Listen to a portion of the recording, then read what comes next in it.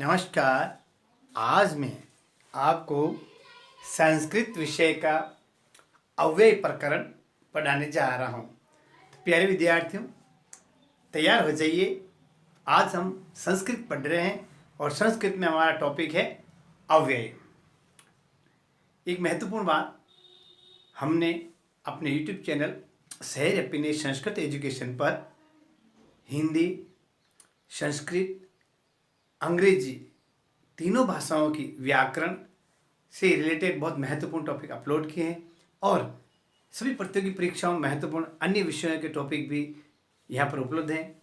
विद्यालय शिक्षा के साथ साथ प्रतियोगी परीक्षाओं की तैयारी भी आप हमारे अपने यूट्यूब चैनल शहर हैप्पीनेस संस्कृत पर उपलब्ध वीडियो से कर सकते हैं। विद्यालय शिक्षा में गणित, सामाजिक विज्ञान, इनके वीडियोस भी अपलोडेड है, ठीक है ना। तो अब मैं आपको पढ़ा रहा हूँ अव्यय। अव्यय क्या शब्द होता है, अव्यय किसे कहा जाता है?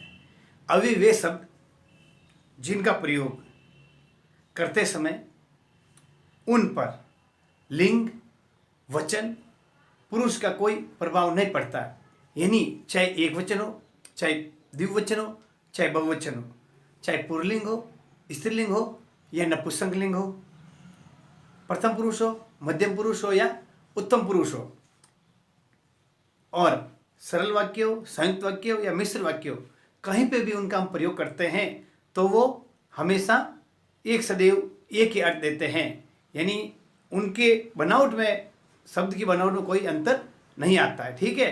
तो अब आप लिखिए मेरे साथ साथ, मैं आपको समझाना चाहता हूँ कि प्रत्यय के लिए आपको हमारे जो अव्यय टॉपिक है उसको आप किस प्रकार हम पढ़ाना चाहते हैं, ठीक है ना। तो हमारा टॉपिक है अव्यय। तो लिखिए, आप भी देखिए कि संस्कृत में भी अव्यय बताना चाहता हूँ। संस्कृत में दो प्रकार के शब्द होते हैं, विकारी और अविकारी। समझ में आया? संस्कृत में शब्द दो प्रकार के होते हैं, विकारी और अविकारी। विकारी शब्द क्या होते हैं कि जिन शब्दों के साथ विभक्ति, लकार, वचन का प्रयोग करने से उनमें अंतर आ जाता है। आया समझ? यानी उनके जो रूप में क्या हो जाता है, परिवर्तन हो जाता है। तो दो शब्द बता दिए मैंने आपको। एक तो विकारी, यानी जिनका प्रयोग करने से किसमें, उनके साथ में विभक्ति, प्रत्यय, उपसर्ग लगाकर उनके रूप में हम क्या कर सकते हैं, परिवर्तन कर सकते हैं। लेकिन अविकारी शब्द वे शब्द जिनके साथ में विभक्ति, प्रत्यय या उपसर्ग लगाने से उनके रूप में कोई परिवर्तन नहीं होता है, वे क्या कहलाते हैं, अविकारी या अव्यय कहलाते हैं। आया समझे? आया समझ आ गया अच्छी तरह?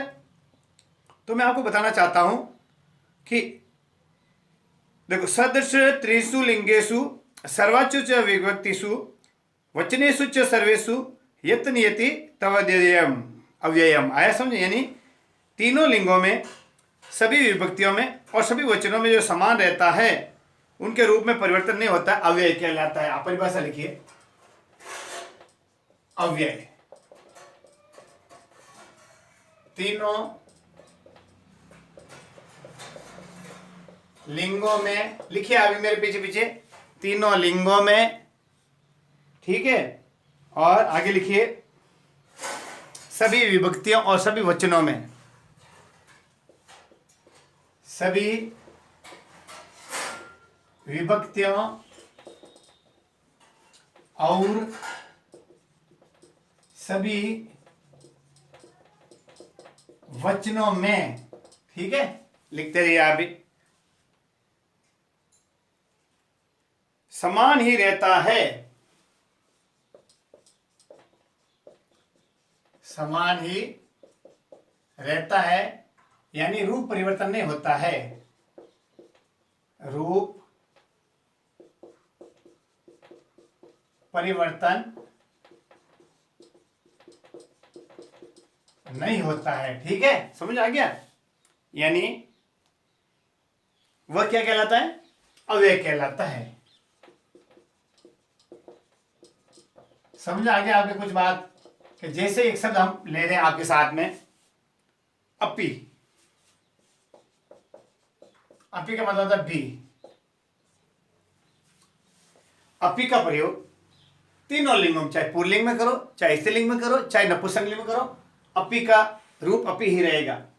सभी विभक्ति प्रथमा द्वितीय तृतीय चतुर्थी पंचमी षष्ठी सप्तमी और संबोधनम, जहां भी हम इस अपि अव्यय का प्रयोग करेंगे तो अपि का रूप परिवर्तन नहीं होगा। और एक बात, एक वचन, द्विवचन और बहुवचन, जहां भी हम किसी भी शब्द के साथ में अपि का प्रयोग करेंगे तो अपि का रूप परिवर्तन नहीं होगा, ये अव्यय कहलाता है। ठीक है, आगे आपके समझ में। अब मैं आपको बताना चाहता हूं कि अव्यय में क्या होता है। र और स वर्णों के स्थान पर विसर्ग का प्रयोग हो जाता है, ये ध्यान रखना। अव्यय में क्या होता है, र व स के, सुनो, सात जो शब्द के अंत में लगते हैं, आए समझे, के वर्ण के स के स्थान पर ऐसा विसर्ग, विसर्ग का क्या करते हैं हम, प्रयोग करते हैं। जैसे उदाहरण बता रहा हूं आपको, आया समझ। जैसे लिखिए, आप देखिए, एक बता, उच्चेस, उच्चेस ये स है तो इसके साथ क्या करेंगे, उच्चे और विसर्ग लगा देंगे। ठीक है, निचेस के नीचे, आया समझे। पुनर्गा पुनः, पुनः क्या लिखेंगे भाई, पुनः, और पीछे क्या लगा देंगे, विसर्ग। ये अपन के अव्यय से रिलेटेड बात है, मैंने आपको बता। एक महत्वपूर्ण बात और है, अव्यय भी दो प्रकार के होते हैं, रूढ़ और दूसरे, ध्यान है आपको, क्या होते हैं, यौगिक। तो संस्कृत में अव्यय के प्रकार, एक तो है रूढ़ और दूसरा है यौगिक। ठीक है, रूढ़ और यौगिक। रूढ़ के क्या होता है, जैसे च, वा, विना और पृथक, ये आवित्वन है। ऐसे च और वा, च वा, उदाहरण पूछा, रूढ़ के उदाहरण कौन से हैं, च वा, विना और पृथक, ये आपके रूट अव्यय से संबंधित आते हैं। दूसरे हैं यौगिक या वित्वन, जैसे जो कृदंत अव्यय से संबंधित होते हैं। अब मैं आपको कहता हूं, पठित्वा, पठितुम आदि धातु से निर्मित कृदंत अव्यय होते हैं। और सर्वथा जो चतुर्थी विभक्ति के नाम से भी व्युत्पन्न तद्धित अव्यय होता है। तो तद्धित अव्यय में कौन कौन से देखो, इसमें यह क्या बता रहा हूं आपको, कृदंत और तद्धित जो यौगिक के रूप हैं, आपको समझना चाहिए। जो एक बताना चाहता हूं, सर्वदा जो कृदंत की चतुर्थी विभक्ति के साथ लगता है, विभक्तियों में सर्वदा एक कृदंत है, और तद्धित में अलग अलग विभक्ति के साथ, जैसे कुत्र, ग्रामत, कुत्र, अत्र, कुत,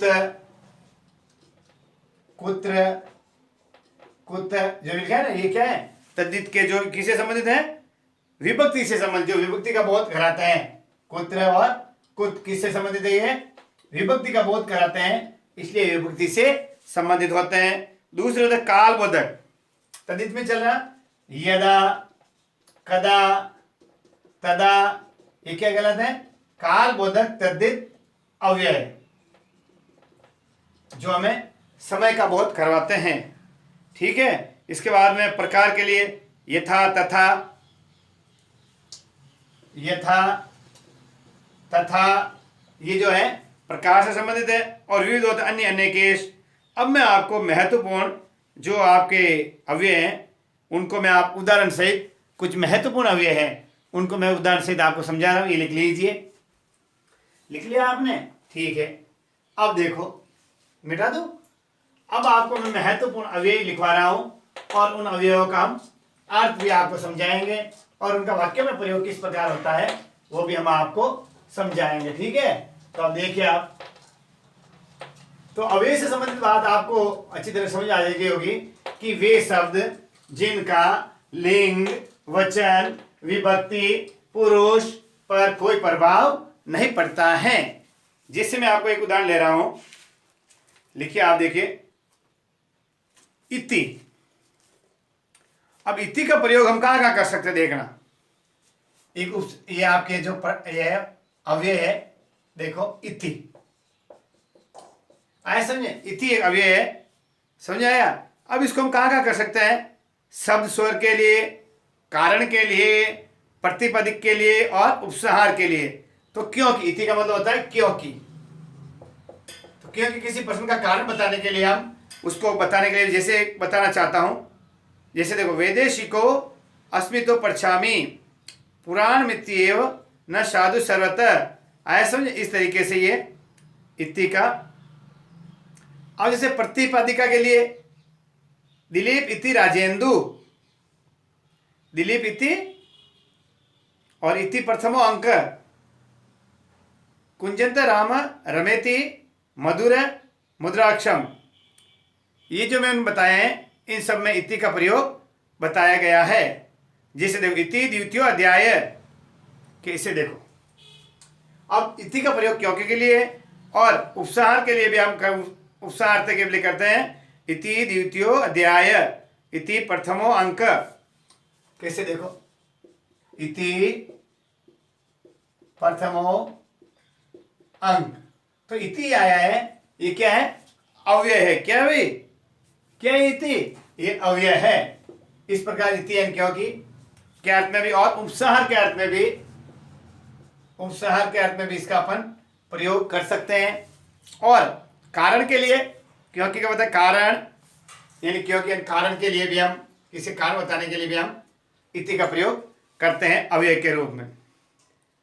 अब देखो, लिखो बही,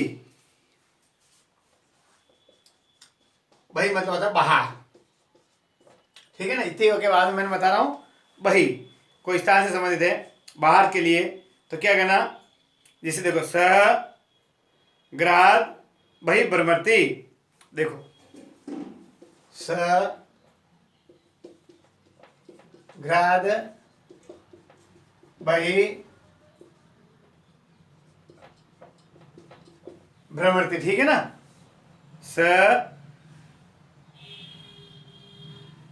ग्राद बही भ्रमति, ठीक है, भ्रमति भ्रमति भ्रमति, ओके, ये आगे भ्रमति, ये बही है।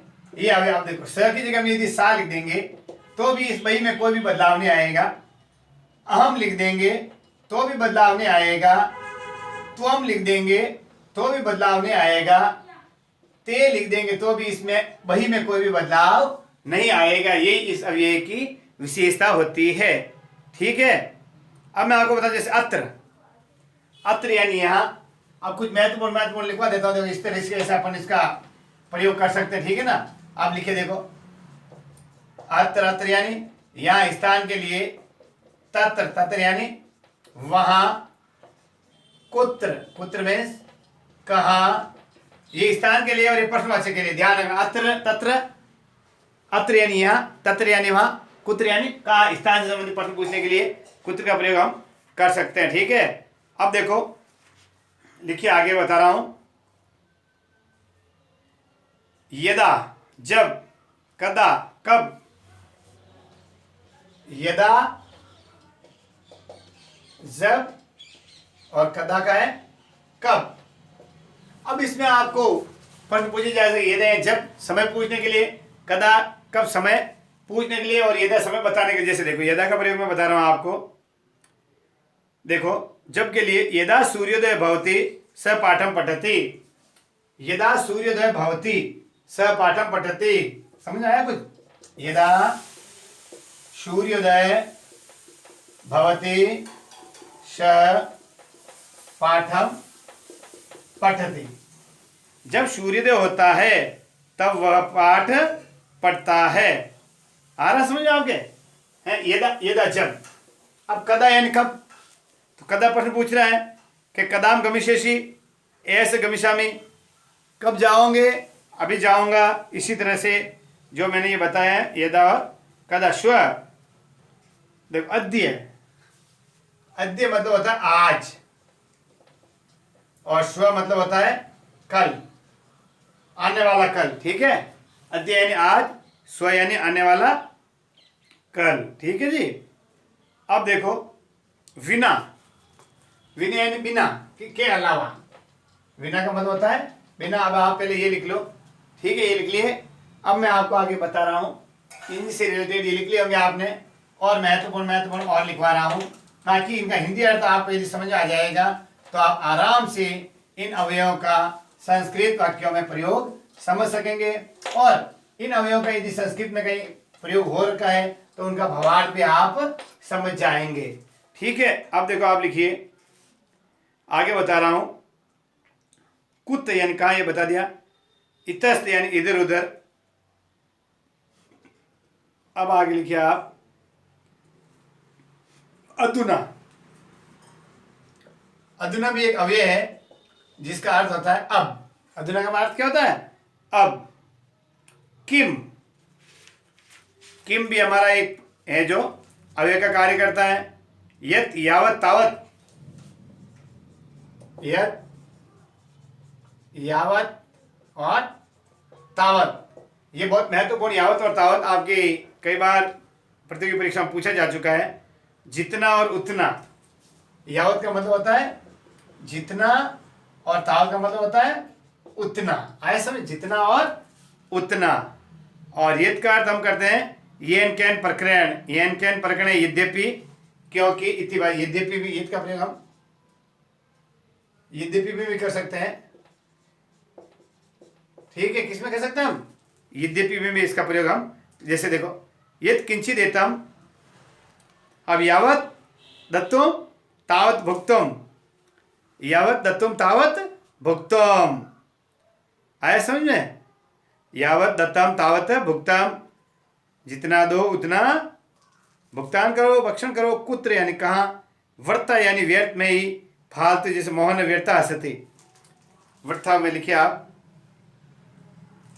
वृथा यानी व्यर्थ, वृथा यानी व्यर्थ। मोहन वर्ता हसती, ये इसका प्रयोग भी मैंने बता दिया आपको। कुत्र यानी कहाँ बता दिया। यावत तावत बता दिया। जो महत्वपूर्ण है मैंने अभी आपको बता दिए हैं। आपको क्या करना है, इनका हिंदी अर्थ है तथा यानी तेन के लिए विना बता दिया। आया समझे? कदापि, कभी भी, कदापि,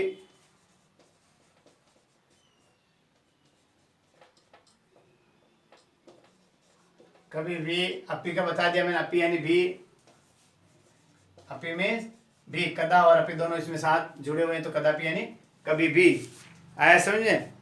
ये जो महत्वपूर्ण मैंने आपको बताए हैं, जो आपके लिए इम्पोर्टेंट है अव्यय से रिलेटेड। अब इस अव्यय से संबंधित आपके प्रश्न भी बन सकते हैं। जैसे देखो कैसे प्रश्न बन सकते हैं। गाय सी स गायक, तो क्या आएगा? गाय की स गायक, उच्चे गायति स गायक, सदा सत्यम एव विजयते। एव यानी है। ए जैसे देखो सदा, ये देखो प्रश्न ऐसे बन सकता है, सदा सत्यम खाल जगह, देखना आप, सदा सत्यम खाल जगह विजयती। विजयते अब क्या होता है? हमेशा सत्य की ही जीत होती है, सत्य की ही। तो अब इस प्रश्न बन गया, अ के अंदर आ गया यत, ब में क्या लिख देंगे हम? एव, और स में मैं आपके लिए बता रहा हूं क्या? पूरा और अपी। स में पूरा और द में अपी। क्या आएगा? ध्यान है आपको? है क्या आएगा इस रिक्त स्थान में?